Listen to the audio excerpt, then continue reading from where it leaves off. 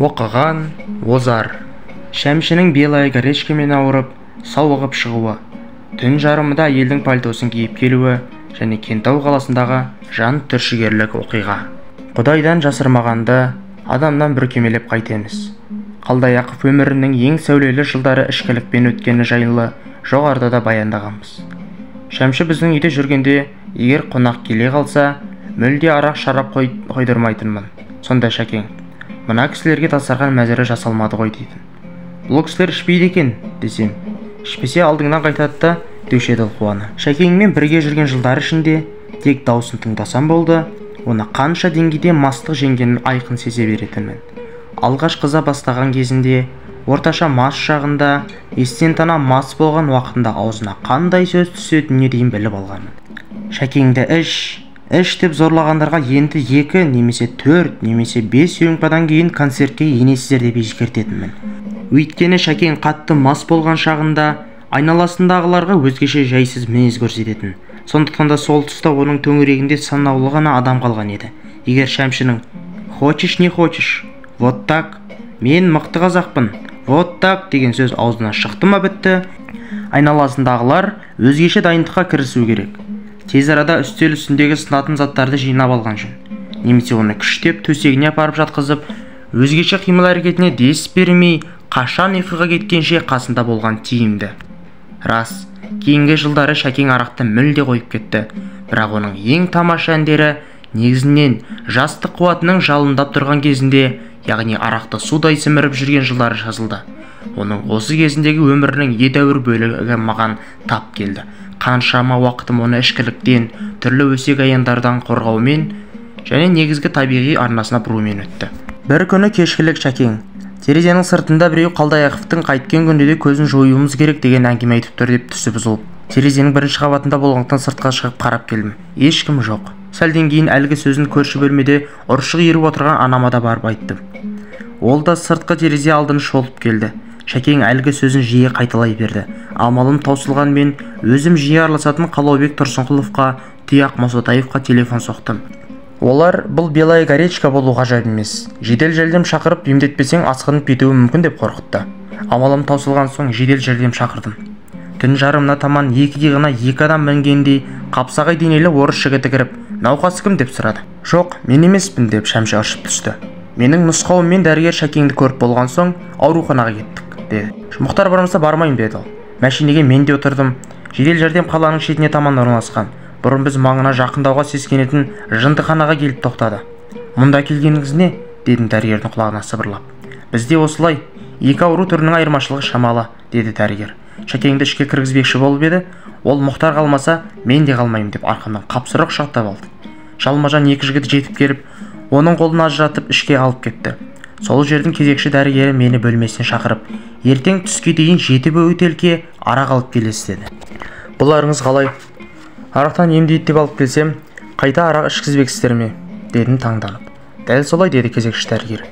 Алдымен денесіне дәрі егеміз, сосын арақ ішкіземіз. Дәрі жүрегін айнытып, ішкен арағын қайта құстырады. Бұл тәсіл бірнеше рет қайталанғанда, науқас арақ көрсе жүрегі айнитын халге жетеді. Біздің емдеу тәсіліміз осындай. Келесі күні айтқан уақытында әлгілерге 7 бөтелке арақты жеткіздім. 2 күннен кейін Шәкеңді іздеп барсам, аула ішінде еңгезердей бір жігітпен қыдырып жүр екен. Ауруханадағы жалғыз есі дұрыс жігіт осы, деп ол қасындағы жігітті маған таныстырды.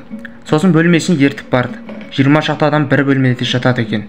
Мен мына темір кереуеттің үстіне емес, астында жатып жүрмін. Себебі қасындағы жындылардың бірі сыртқа шыққанда қойнына тас салып кіріп, түнде сонысымен барып әрменен лақтырады екен деді.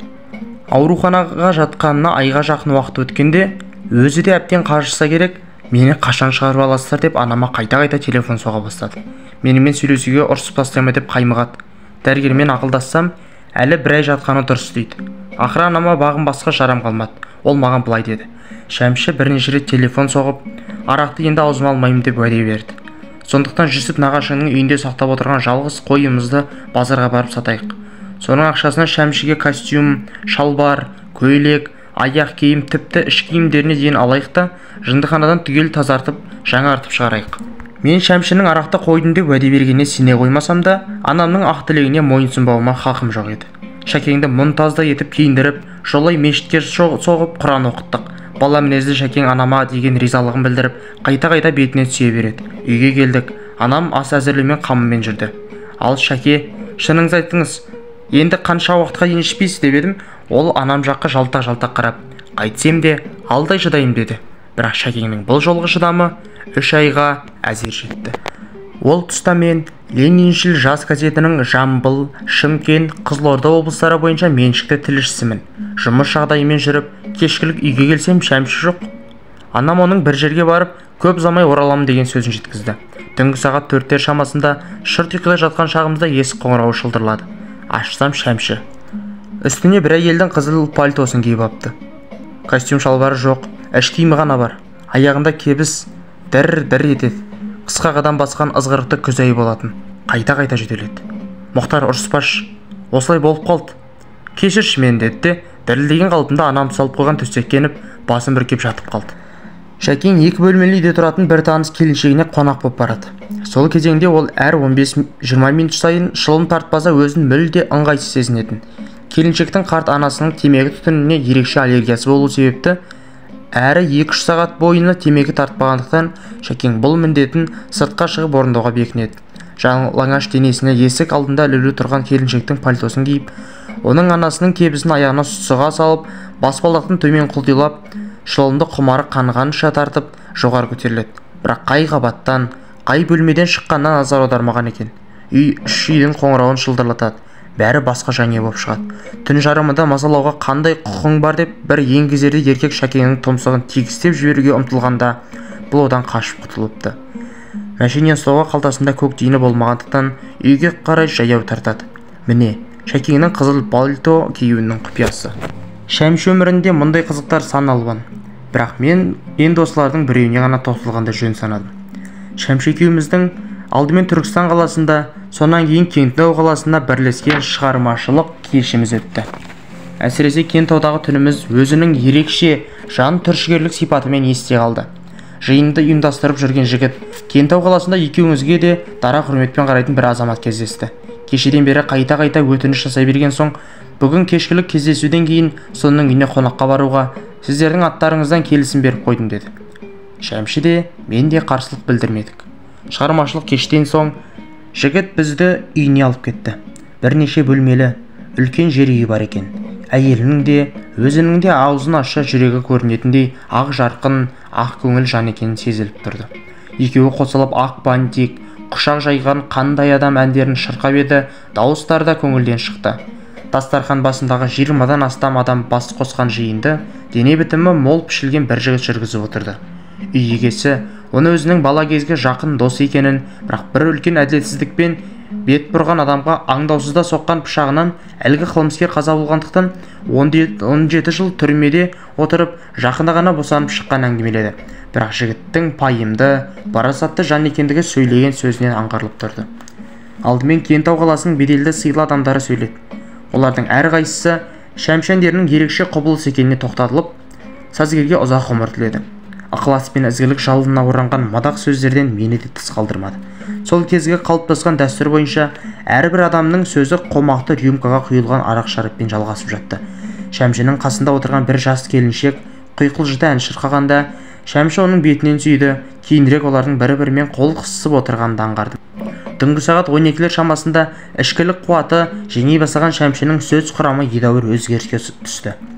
Ортадағы жалғыз ішпей отырған адам болғандықтан асабаны шақырып өзінің демалатынымды, ал Шәмші тағы 3-4 рюмка ішсе, өздерін ыңғайсыз жағдайға қалдыратынын құлағына сыбырлап жеткіздім. Өйткені жиын тойлардың көпшілігінде Шәмшінің қасында жүргендіктен оның дауыс ыңғайына қарап қаншалықты деңгейде мас жеңгенін дөп басып дәл айтатынмын.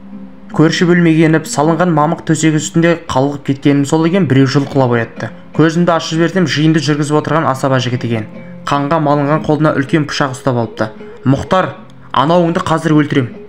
Өзіңді ерекше таза адам деп есептегендіктен ғана алдыңа келіп тұрмын, деді ол қолы дір-дір етіп. Бәріміз ұйқыға жатқанда анау маскүнемнің өздеріңді қонақ етіп отырған менің досымның әйелінің қойнына кіріпті. Әйел шошына айқайлаған соң жетіп бардым да досыңның тұмсығын тегістеп жібердім. Сөздің ашығы, енді оныңды тірі жібермеймін. Кешіріңіз аға, дедім әлгіге жалбарынып. ашуды бір сәт ақылға жеңдірерлік. Өзіңіз 17 жыл отырып келіпсіз, тағы сонша жыл түрме есігінен сығалағыңыз келе ме? Меніңше мұнда бір түсініспестік бар. Бағана Шәмші қасындағы тамаша дауысты әнші қызбен екеуі қол ұстасып отыр еді. Байқауымша ол сіздің досыңыздың әйелін сол әнші қызбен шатастырып алған сияқты. Байыпты қалыппен жігіттің пышағынан алдым да көрпенің астына сүңгітіп жібердім. Сосын екеуміз Шәмшіге барсақ, оның ештеңеден хабары жоқ, мұрнынан аққан қанға боялған қалпы терең ұйқыға кетіпті. Шәмшінің бұл әбестігі үшін ертең міндетті түрде өздеріңізден кешірім сұратамын, деп әлгі жігіттің өркпігінен мінезін бастым. Оқиға шынында да мен ойлағандай болыпты. Ертесіне Шәмші үй егесінен және оның жас жұбайынан көзіне жас ірке отырып кешірім сұрады. Түпкі негізін Сахалиннен алған ішкілік толқыны қазақ жеріндегі өзінің дара жаңғырып Шәмші арқылы осылай көрсетіп еді. Достар, каналға жазылып лайк басыңыздар. Рахмет.